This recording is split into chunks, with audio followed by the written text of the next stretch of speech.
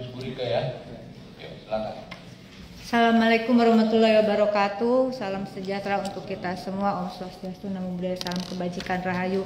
Yang kami hormati pimpinan Komisi 6 hari ini dipimpin oleh Bapak Martin Manurung dan anggota Komisi 6 DPR RI. Yang kami hormati Menteri Koperasi dan UMKM, Kepala BSN, Ketua KPPU, Kepala BPKS, Wakil Kepala BPKS, Kepala BP Batam, beserta seluruh jajaran yang hadir di sini.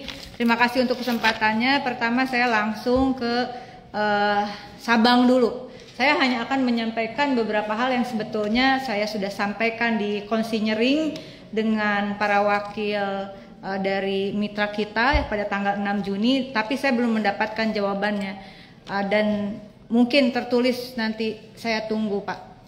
Pertama adalah kembali mengenai BP Sabang, mengenai Sabang. Sabang ini kalau saya lihat di sini di halaman 8 temanya adalah konsep, tema dan sasaran kinerja utama kawasan Sabang sebagai gerbang barat kemaritiman Indonesia yang berdaya saing dan berkelanjutan.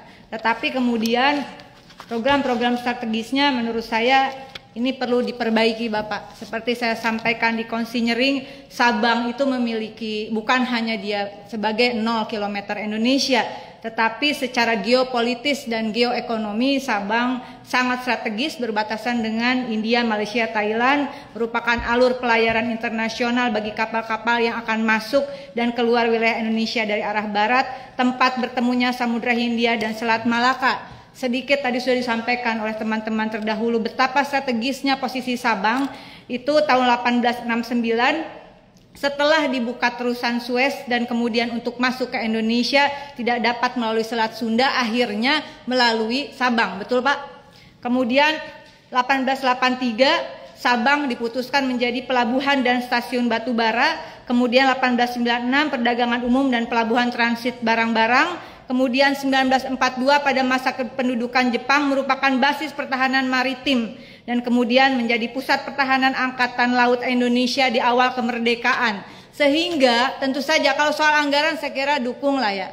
Tetapi sama seperti saya sampaikan pada konsinyering, berikan kepada kami roadmap kawasan perdagangan bebas dan pelabuhan bebas Sabang, Bapak, yang menyeluruh. Dengan datanya saya kira nggak terlalu luas kok sebetulnya. 3 kecamatan, 18 gampung dengan 43.395 jiwa, dan kemudian terjadi kemiskinannya ini juga cukup tinggi menurut saya. 14,59% penduduk miskin di Kota Sabang menurut BPS 2023. Mohon secara tertulis roadmap Sabang ini mau diapakan Bapak, sehingga bisa diintegrasikan bahwa bagi saya Sabang itu sangat penting bukan hanya sebagai entitas bisnis as usual, tetapi juga Sabang pernah menjadi dan harus bisa kembali menjadi salah satu pusat pertahanan maritim kita. Kemudian izin pimpinan yang kedua adalah mengenai BSN. BSN mengajukan tambahan 30 miliar dari total 223.867.121.000, dan ini sebetulnya turun 35%, mendukung saja Pak. Namun BSN ini juga menjadi penting untuk sertifikasi terutama produk-produk dalam negeri kita. Kalau bisa direalokasi, karena kalau kita lihat yang paling tinggi tetap belanja operasional pegawai. Lalu kemudian kegiatan program standarisasi nasional ini juga masih digabung dengan dukungan manajemen. Anggaran yang diajukan hanya 36 miliar 033774. Ditambah saja Pak, karena penting program untuk standarisasi nasional ini justru penting. Kemudian soal BP Batam saya kira kita nanti akan ada kunjungan kalau tidak salah, jadi saya tidak memperdalam soal anggaran, teman-teman lebih mengerti. Minta anggaran 1 triliun ya Pak ya, 1 triliun. Bapak entitas bisnis saya kira itu anggaran yang bisa dibantu juga oleh teman-teman. Namun saya akan mengaitkannya dengan Kementerian Koperasi. Izin Pak Menteri, Kementerian Koperasi secara keseluruhan mengajukan anggaran lebih kecil dari BP Batam yang sebetulnya entitas bisnis. Tetapi Kementerian Koperasi silahkan dicek, di googling ya, ditelusuri. UMKM itu memiliki peran penting di dalam mempertahankan keberlangsungan ekonomi Indonesia, baik dari krisis ekonomi 1998 maupun krisis ekonomi pada tahun 2000-an, maupun untuk kita bisa bertahan pada masa pandemi dan pasca pandemi COVID baru-baru ini. Nah, oleh karena itu kalau kita lihat, ini Bapak tolong Pak Menteri, ini sahabat saya Pak Menteri, jago biasanya memelototin anggaran-anggaran sebelumnya. Tetapi Bapak silahkan dilihat Pak, jumlah anggaran ini saya ajukan, tetapi pertanyaan di considering 6 Juni, tetapi saya tidak mendapatkan jawabannya. Apakah sudah disampaikan oleh yang mewakili atau belum kepada Pak Menteri? Total dari surat pagu indikatif dan usulan perubahan itu secara total tidak ada perubahan. Hanya mengajukan 933.166.229. Di perubahan juga 93.166.229 miliar. Tidak ada pergeseran perubahan sebetulnya. Tetapi kalau kita lihat di atasnya, maka terjadi perubahan yang justru signifikan menurut saya, Pak. Masih bisa dikoreksi saya kira, kalau perlu minta tambahan anggaran.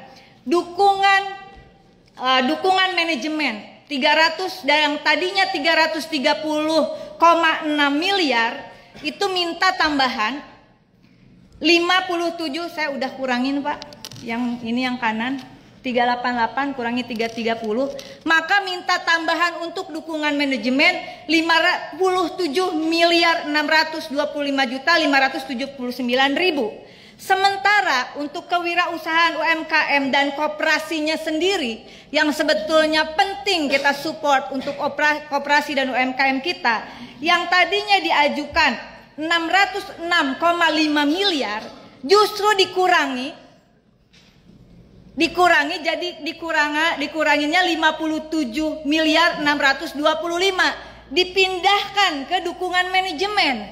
Ya, maaf kalau saya salah cara membaca anggarannya. Akhir baik bagi DPR di periode ini maupun bagi Menteri Koperasinya sendiri. Oleh karena itu, tolong dibantu Bapak, kita pernah mengajukan dan berhasil adanya alokasi anggaran untuk pendaftaran hak merek bagi UMKM dan juga untuk produk-produk lokal Bapak. Kita kerjasamakan dengan Dirjen Hak Kekayaan Intelektual di Kemenkumham begitu, sehingga binaan-binaan dari Kementerian Koperasi maupun dari teman-teman anggota DPR RI bisa meminta pendampingan pendaftaran hak merek Bapak. Tambahkan Bapak, berikan argumentasi pada saat pembahasan dengan badan anggaran. Saya kira di sini juga insya Allah akan membantu. Ini adalah legasi kita menyelamatkan perlindungan hukum atas merek dagang yang dimiliki oleh UMKM kita. Demikian untuk Kementerian Koperasi. Terakhir saya tetap menagih jawaban dari KPPU. Usulannya 525, sekian miliar. Saya tidak mempermasalahkan anggaran, tetapi anggaran ini seharusnya mencerminkan kinerja yang lebih baik. Sama dengan teman-teman yang terdahulu, saya ingin menyoroti persoalan Starlink. Ya, pada konsinyering 6 Juni saya sudah menyampaikan, jujur Pak, saya kecewa. Ada pernyataan, saya baca di media Pak, karena kami Komisi 6 tidak diundang juga, tidak ada perwakilan dari kami. Koreksi jika saya salah, bahwa KPPU pernah mengadakan FGD tentang Starlink pada tanggal 31 Mei 2024, dan FGD itu di beberapa pemberitaan yang kami telusuri seolah-olah digunakan seperti legal opinion lah Pak, bahwa KPPU tidak mempermasalahkan. Lalu kemudian yang kedua, anggota KPPU berdasarkan berita di Tempo paling tidak yang saya baca, ini pada tanggal 31 Mei, tadi FGD-nya 29 Mei, 31 Mei 2024 dari pemberitaan anggota KPPU Eignya Marda Nugraha mengatakan bahwa Starlink belum tentu, sama seperti yang disampaikan oleh kawan-kawan lain, melakukan predatory pricing hanya karena alasan harga murah. Kecepetan Pak statementnya Pak. Kecepetan. Tadi sudah disampaikan oleh kawan-kawan saya, kantor aja nggak punya, begitu. Dan kalau kita telusuri lebih lanjut, penggunaan layanan Starlink tidak mengikut sertakan NOC (Network Operation Center) dan NAP (Network Access Provider). Ini juga kan masalah Pak sebetulnya. Ya, bahwa kemudian ada predatory pricing. Saya kira tidak bisa itu hanya dengan perspektif business as usual. Pertama, untuk bisnis digital memang itu sulit dipetakan. Namun kedua Bapak, saya membutuhkan kajian yang lebih mendalam. Tolong dibantu Pak. Jangan sampai kemudian statement-statement, saya kira juga harus disiplin. Apakah itu sepengetahuan Ketua KPPU atau tidak? Karena ini isu yang sensitif. Di beberapa negara Starlink sudah ditolak, bahkan China sampai mengirimkan surat kepada PBB. Ya Pak. Lalu kita KPPU-nya, saya sampai tanya KPPU itu singkatan dari apa sih sebetulnya? Apa Pak singkatannya? Kalau jam segini oneng saya kumat Pak.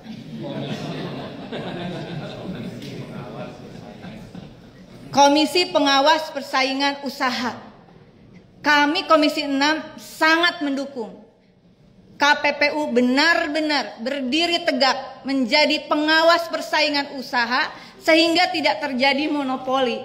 Dan saya yakin kita semua paham Indonesia adalah negara hukum Pak. Semua entitas yang masuk ke Indonesia harus berdasarkan hukum yang berlaku di Indonesia. Pertanyaan saya pada pertemuan sebelumnya adalah apa dasar hukum boleh beroperasinya Starlink ya, dan Starlink patuh pada hukum mana, Indonesia atau bukan? Catatan terakhir saya, izin saya mengingatkan Bapak, dan mungkin bisa menjadi pertimbangan penting bagi KPPU adalah terkait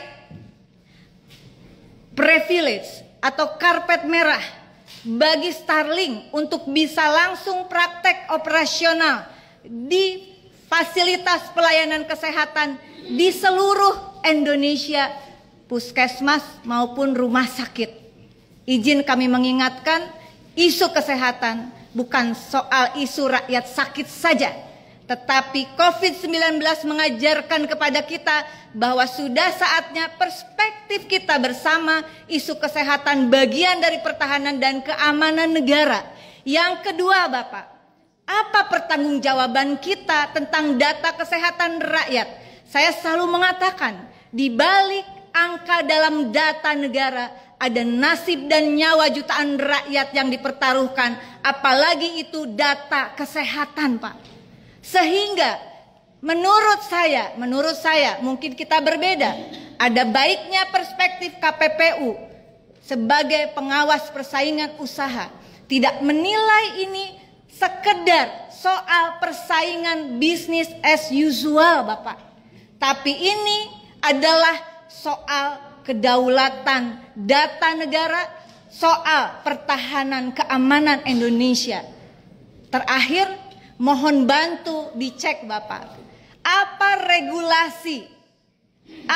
regulasi yang membenarkan secara hukum, bukan secara pertemanan ya Pak ya, tapi regulasi yang membenarkan secara hukum suatu entitas bisnis teknologi digital langsung sekali lagi bisa beroperasi di fasilitas pelayanan kesehatan. Kalau tidak ada dasar hukumnya, maka KPPU, saya kira di sini orang-orang pintar semuanya bisa mengusulkan cabut privilege itu.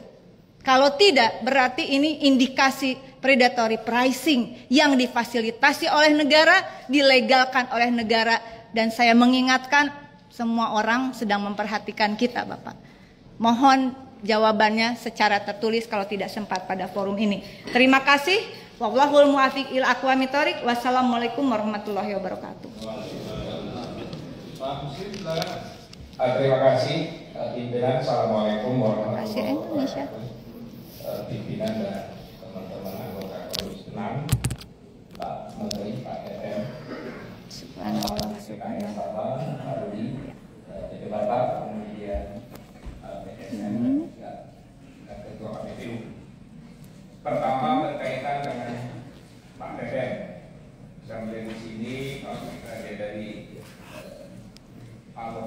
anggaran tahun 2024 ini Kepala BPK. ada penurunan ke 2005 KDPR sebesar 37,4%. Artinya banyak sekali program-program yang dipangkas, sehingga kita lihat ini juga harus ada perbaikan. Di satu sisi kita lihat usulan tambahan Bamulan di 2005 665 miliar. bangun Pak. Dengan catatan beberapa program Pak Teten, saya lihat sebenarnya banyak sekali program yang sangat strategis. Kalau saya dari usulan ini, Terima kasih Indonesia. Nanti kita dengar jawabannya.